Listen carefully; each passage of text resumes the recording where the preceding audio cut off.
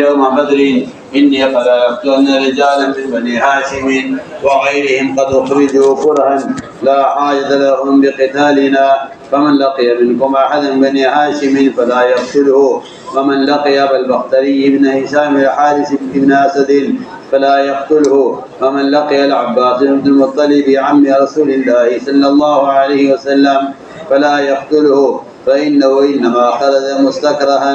فقال أبو حذيفة بن عتبة بن ربيعة رضي الله عنه: أنقتل آباءنا وأبناءنا وإخواننا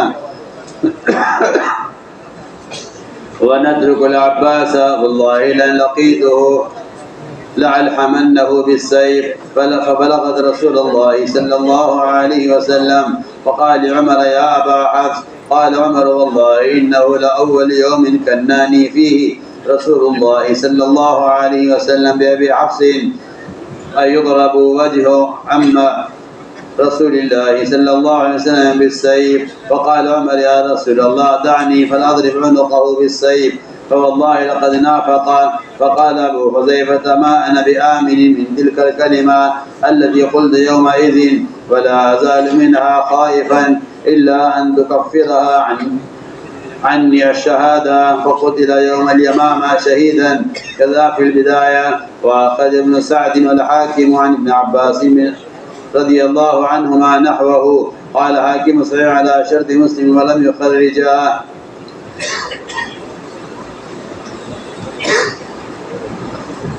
وأخي بن إسحاق عن أبيه عن معبد بن كعب قال: حاصرهم أي بني قريظة 25 ليلة حتى أجهدهم الحصار، وقذف الله في قلوبهم الرعب، فعرض عليهم رئيسهم كعب بن أسد أن يؤمنوا أو يقتلوا نساءهم وأبناءهم ويخرجوا مستقتلين أو يبيت المسلمين ليلة السبت.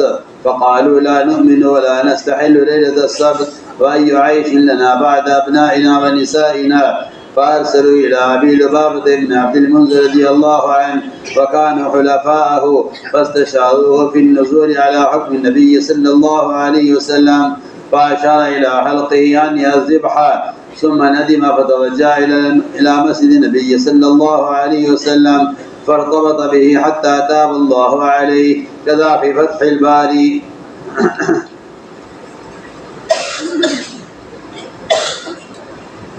میرے دوستوں بزرگوں عزیزوں، جو لوگ اس زمانے میں بھی حضور اکرم صلی اللہ علیہ وسلم کے حکم کی اور آپ کی چاہت کی نافرمانی کریں گے، وہ کسی بھی زمانے میں فتنوں سے بچ نہیں سکتے۔ ہم سمجھتے ہیں اتباع سنت کوئی ایسی لازمی چیز نہیں ہے، حالانکہ اتباع سنت اتنی لازمی چیز ہے کہ جس زمانے مسلمان اتباع سنت کا اہتمام نہیں کرے گا وہ فتنوں سے بچ نہیں سکے گا۔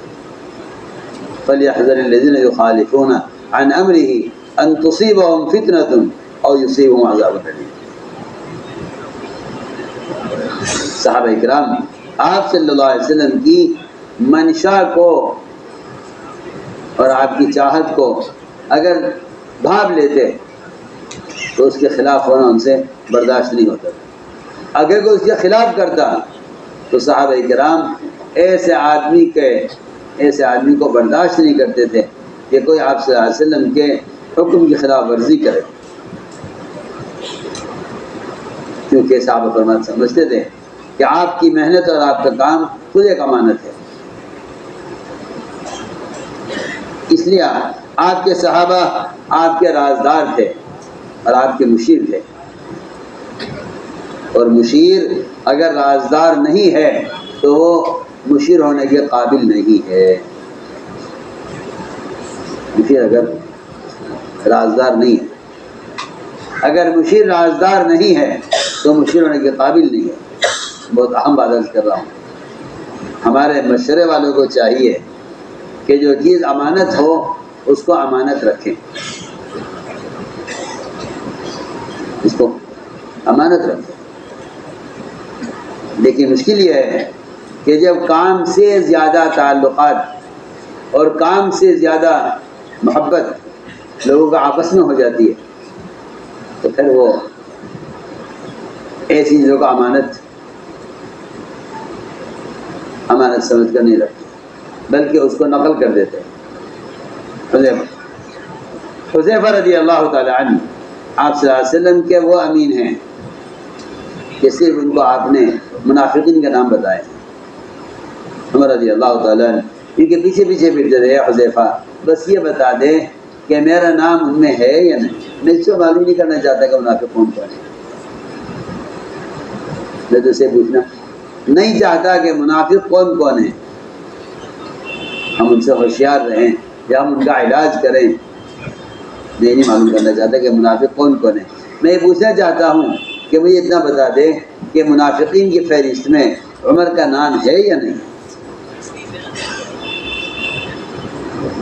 ابو رضی اللہ تعالیٰ عنہ امام المحدثین ہیں، جو روایتیں بیان نہیں کی وہ آپ صلی اللہ علیہ وسلم کا راز ہونے کی وجہ سے بیان نہیں کی۔ اتنا صحابہ کرام نے آپ کے راز کو راز رکھا ہے۔ حضرت انس آپ کے خادم خاص ہے، گھر میں دیر سے آئے، ماں نے پوچھا کہاں گئے تھے، داخل کہاں ہوئی، کہ میں آپ صلی اللہ علیہ وسلم کا ایک کام کے لیے گیا تھا۔ ماں نے پوچھا کیا کام تھا، مجھے بتایا، نہیں میں نہیں بتاؤں گا۔ ماں نے کہا کیا ہے، مجھے بتاتی کہ نہیں، اللہ کے نبی کا راز ہے، میرا فاش نہیں کر سکتا، میرا راز فاش نہیں کر سکتا۔ حضرت عمر رضی اللہ عنہ نے حضرت حفصہ کو پیش کیا، ابو بکر سے کہا تم شادی کر لو، تو جواب نہیں دیا۔ حضرت علی سے کہا تم شادی کر لو، کوئی جواب نہیں دیا۔ انہیں غصہ آیا، برا لگا کہ بھئی نہیں کرنا تو انکار تو کر دیتے نا، نہا کیا، برا لگا ان کو اور عمر کو کہ ہم اپنی بیٹی حفصہ کو ادھر پیش کر رہے ہیں اور یہ کوئی ڈھنگ کا جواب۔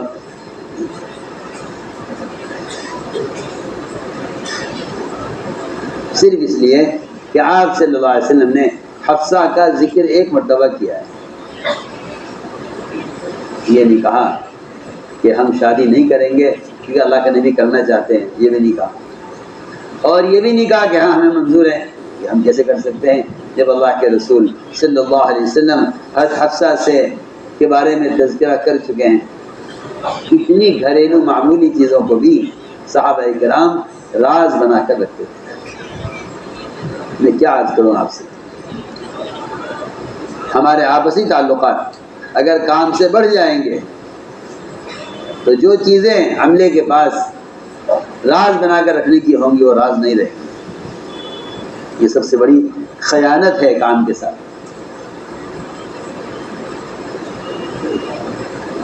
مجلسیں امانت ہوتی ہیں، ادھر مجلسیں امانت ہوتی ہیں اور ادھر آپسی تعلقات ہوتے ہیں۔ اس لیے میں کہا کرتا ہوں کام کرنے والوں سے کہ مشورے میں ذمہ دار کا مشیر بن کر بیٹھنا، باہر کے لوگوں کا وکیل بن کر مت بیٹھنا، باہر والوں کا مشیر بن کر بیٹھو، وکیل بن کر نہیں۔ میری بات سمجھے، مشیر کا بن کر بیٹھو، اپنے ذمہ دار کا مشیر بن کر بیٹھو، عوام کا وکیل بن کر، ورنہ تمہارے مشوروں میں انتشار ہو جائے گا۔ تمہارے مشوروں میں اختلاف اس لیے ہوگا کہ تم اپنے امیر سے زیادہ دوسرے لوگوں کے وکیل ہو گئے، حالانکہ امیر کا مشیر بن کر بیٹھنا چاہیے مشورہ۔ اور جب تک ذمہ دار کسی چیز کا اعلان نہ کر دے اس وقت تک اس کا تذکرہ نہ کیا جائے۔ ہاں بھائی ابھی بات سوچ رہے ہیں، غور کر رہے ہیں۔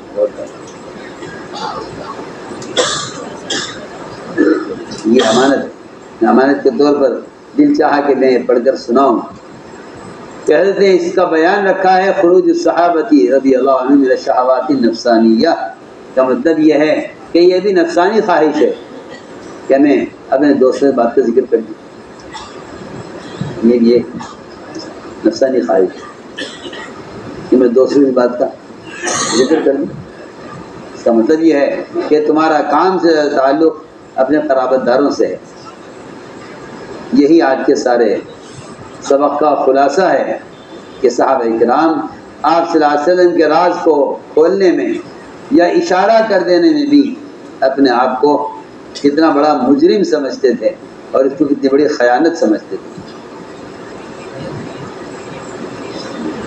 اور آپ کی منشا کو اگر بھاپ لیتے اور سمجھ جاتے تو پھر کوئی طاقت نہیں تھی جو ان کو آپ صلی اللہ علیہ وسلم کی بات سے اور آپ کی چاہت سے ہٹا سکے.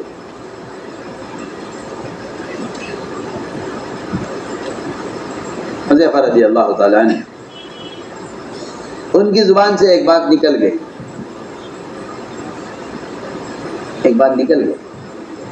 اور کہا جاتا ہے کہ بس بات زبان سے، تیر کمان سے اور جان جسم سے نکل جائے تو یہ واپس نہیں آتا. لوگ کہتے ہیں چلیے ہم اپنے الفاظ واپس لے لیتے ہیں. نہیں، الفاظ واپس نہیں لیے جاتے، یہ کہنے کی باتیں ہوتی ہیں. کیا کہتے ہیں؟ الفاظ واپس لے. بات زبان سے، جان روح، یا بات زبان سے، تیر کمان سے اور جان جسم سے نکل جائے واپس نہیں آتا.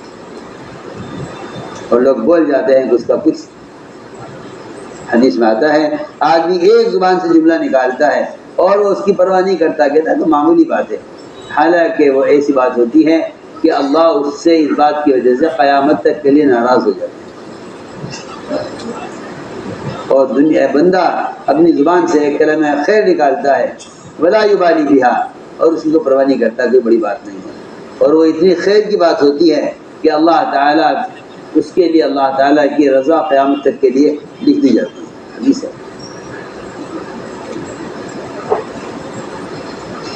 صحابہ کرام اس بات سے ڈرتے تھے کہ کوئی زبان سے جملہ آپ صلی اللہ علیہ وسلم کی چاہت کے خلاف نہ نکل جائے، اور اللہ تعالیٰ اس کا امتحان لینے کے لیے، اللہ اکبر، اس کا امتحان لینے کے لیے نبی کی زبان پر وہ فیصلے جاری کرتے ہیں جس سے اطاعت کرنے والوں کی اطاعت کا امتحان ہوتا ہے. ان دو واقعات میں یہی ہے. فرماتے ابن عباس رضی اللہ تعالیٰ عنہما کہ آپ صلی اللہ علیہ وسلم نے فرمایا یوم بدر کے جنگ بدر میں اپنے صحابہ سے کہ بنو ہاشم میں سے کچھ لوگ میدان بدر میں زبردستی لائے گئے ہمارے مقابلے پر، وہ ہم سے لڑنا نہیں چاہتے، ہم سے لڑنا نہیں چاہتے، انہیں مجبور کر کے لایا گیا ہے. اور میں ان کو پہچانتا ہوں کہ بنو ہاشم کے کچھ لوگ ہیں جن کو زبردستی نکالا گیا ہے ہمارے مقابلے پر، اور بدر میں ان کو لایا گیا ہے، زبردستی لایا گیا ہے، وہ ہم سے قتال کرنا نہیں چاہتے. تو آپ نے فرمایا کہ تم میں سے جو آدمی بنو ہاشم میں سے کسی سے تمہارا مقابلہ ہو مشرکین میں سے، اس کو قتل مت کرنا. ابو البختری بن ہشام یہ بھی زبردستی لائے گئے ہیں، ان سے قتال نہ کرنا. عباس بن عبد المطلب زبردستی لائے گئے ہیں، آپ کے چچا، ان سے بھی کوئی سے اگر مقابلہ ہو جائے، سامنے آ جائیں تو ان کو قتل نہ کرے، اس لیے کہ ان کو زبردستی لایا گیا ہے. ابو حذیفہ ابن عتبہ ابن ربیعہ نے یہ بات سنی کہ آپ صلی اللہ علیہ وسلم نے اپنے خاندان کے لوگوں کے بارے میں یہ کہا ہے، تو ان کی زبان پر ایسا جملہ آ گیا ہے اور انہوں نے یہ کہہ دیا اچھا جی ہم تو اپنے باپ کو اپنے ہاتھ سے قتل کریں میدان جنگ میں، اور اپنے مشرکین بیٹوں کو اپنے ہاتھ سے قتل کریں، اور اپنے مشرک بھائیوں کو اپنے ہاتھ سے قتل کریں، اور عباس کو چھوڑ دیں. جملہ حذیفہ، ابو حذیفہ ابن عتبہ کی زبان پر یہ جملہ آ گیا کہ ہم سے تو کہا جا رہا ہے کہ مشرکین کا مقابلہ کرو دشمن کا، اور اپنے رشتہ داروں کے بارے میں یہ فیصلہ کر لیا ہے کہ کیا ہم قتل کریں اپنے باپوں کو اور اپنے بھائیوں کو اور اپنے بیٹوں کو، اور عباس کو چھوڑ دیں. خدا کی قسم اگر میرا مقابلہ بیٹھ گیا ان سے میدان میں تو میں تو ان کو ٹکڑے کر دوں گا تلوار سے. یہ انہوں نے کہہ دیا جملہ. آپ صلی اللہ علیہ وسلم تک یہ جملہ پہنچ گیا. اے عمر، حضرت عمر کو آپ نے مخاطب کیا، اور ابو حفص کہہ کر پہلی مرتبہ آپ نے حضرت رضی اللہ تعالیٰ عنہ کو ان کی کنیت سے وہ پکارا. فرماتے ہیں خدا کی قسم یہ پہلا موقع تھا کہ آپ صلی اللہ علیہ وسلم نے مجھے کنیت سے پکارا ابو حفص کہہ کر. آپ نے اے عمر کیا رسول اللہ صلی اللہ علیہ وسلم کے چچا کے چہرے پر تلوار ماری جائے گی؟ یا ابو حذیفہ یہ کہہ رہے ہیں کہ میں تلوار سے ٹکڑے کر دوں گا.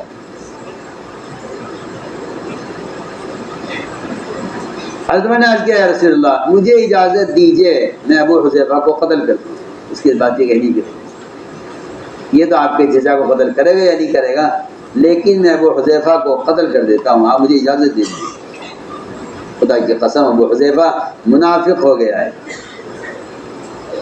ابو حذیفہ کہتے ہیں خدا کی قسم میری زبان سے یہ جملہ نکل تو گیا، کس خیال میں نکل گیا، کس غلطی سے نکل گیا. جب سے یہ جملہ میری زبان سے نکلا میں اس دن سے آج تک ڈرا ہوا ہوں کہ مجھ پر کوئی عذاب آئے گا، مجھ پر کوئی مصیبت آئے گی.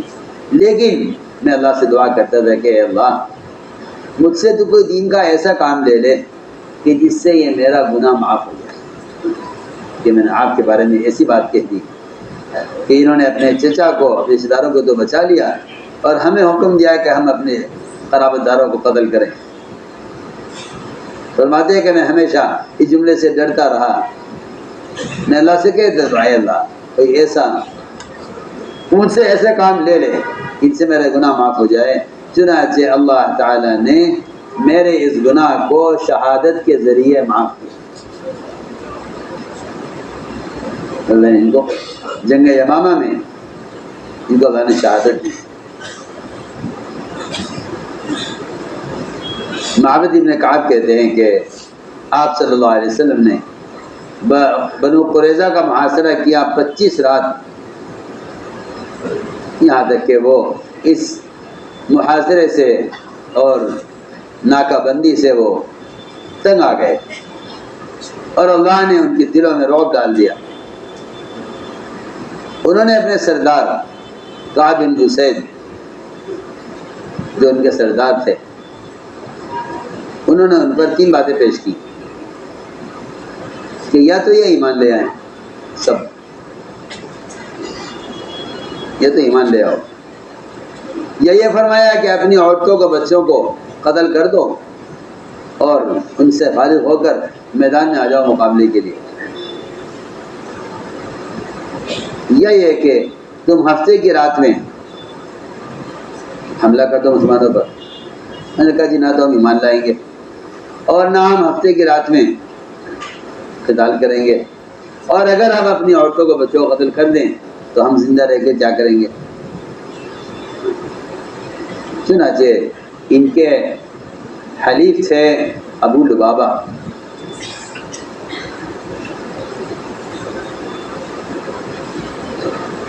انہوں نے ابو لبابہ سے پوچھا کہ ہاں بھائی تمہارے یہاں ہمارے بارے میں کیا مشورہ چل رہا ہے اندر؟ پوچھتے نا تو کہا نہیں. میں نے کہا تھا نا کہ بیٹھو مشورے میں تو مشیر بن کر بیٹھو، وکیل بن کر نہیں. قوم نے پوچھا ان سے، یہ ان قوم کے سردار تھے اور ان کو خلفاء تھے.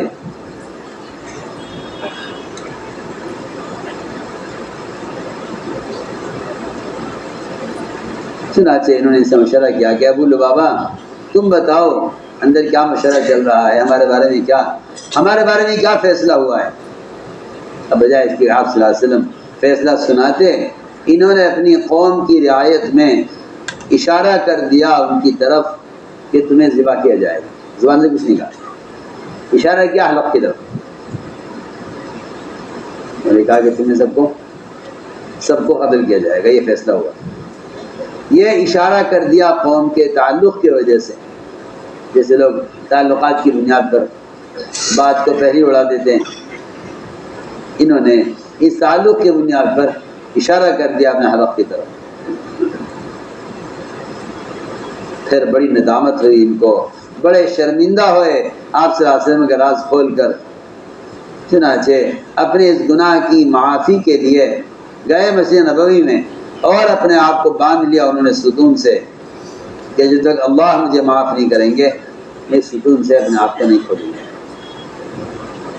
آپ سوچیے بہت ساری ایسے واقعات ہیں جن میں صحابہ سے چوک ہوئی ہے, اللہ نے سب کو معاف کر دیا ہے, لیکن مشورے کے امور کو کی امانت اتنا بڑا مسئلہ تھا کہ کسی بھی جرم یا کسی بھی توبہ کا اثر کہیں باقی نہیں ہے سوائے استوان ابو لبابہ. اس سمجھنے کی بات سوائے آج تک استوان ابو لبابہ ہے. لیکن بہت ساری چیزیں ہیں ایسی جو صحابہ سے ہوئی ہیں, جیسے اللہ نے معاف کر دیا سب کو, لیکن کسی غلطی کی توبہ کا اثر باقی نہیں ہے سوائے استوان ابو لبابہ کے. یہ سب کو یہ بتانے کے لیے ہے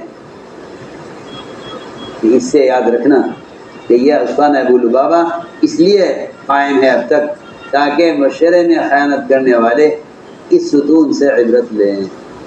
میں یہ کہنا چاہتا ہوں, سمجھنے والی بات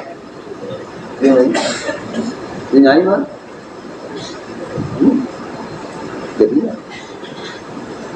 آپ کو کسی موقع کی توبہ کا اثر نہیں ملے گا سوائے ردت. انہوں نے باندھ لیا اپنے آپ کو اور یہ کہا اللہ مجھے معاف کریں گے تو میں اپنے آپ کو کھولوں گا. ان کی بیوی آتی تھی نماز کے وقت, ان کو کھول دیا کرتی تھی, یہ نماز پڑھ لیا کرتے تھے, سلام پھیرتے ہی ان کی بیوی کو ستون سے باندھ دیا کرتی. اللہ یہ بندے رہے. آپ نے فرمایا بھی کہ اگر ابو لبابہ میرے پاس آ جاتے تو میں ان کے لیے استغفار کر دیتا تو اللہ بھی ان کو معاف کر دیتے, لیکن ابو لبابہ میرے پاس آئے نہیں. نہ آنے کی وجہ خدا نہ کرے یہ نہیں ہے کہ آپ سے یہ استغفار نہیں چاہتے تھے, بلکہ شرم کی وجہ سے پھر اللہ معاف نہیں کر دیں گے, میں آپ کے سامنے حاضر نہیں.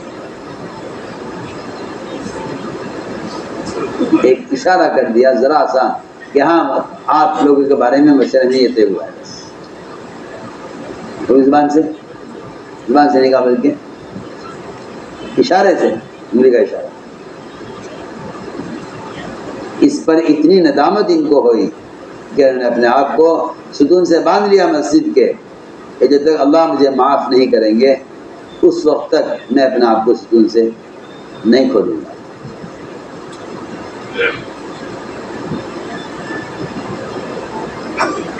20 رات اسی طرح بندے رہے. فرمایا ابو لبابہ کہاں ہیں, نظر نہیں آ رہے ہیں.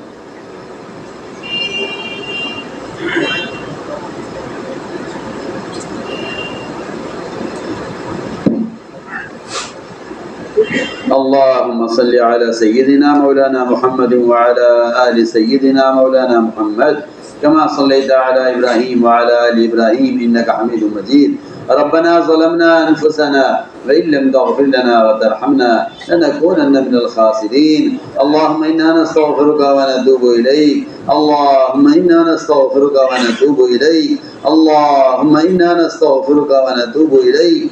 ربنا آتنا في الدنيا حسنة وفي الآخرة حسنة وقنا عذاب النار. سبحان ربك رب العزة عما يصفون وسلام على المرسلين والحمد لله.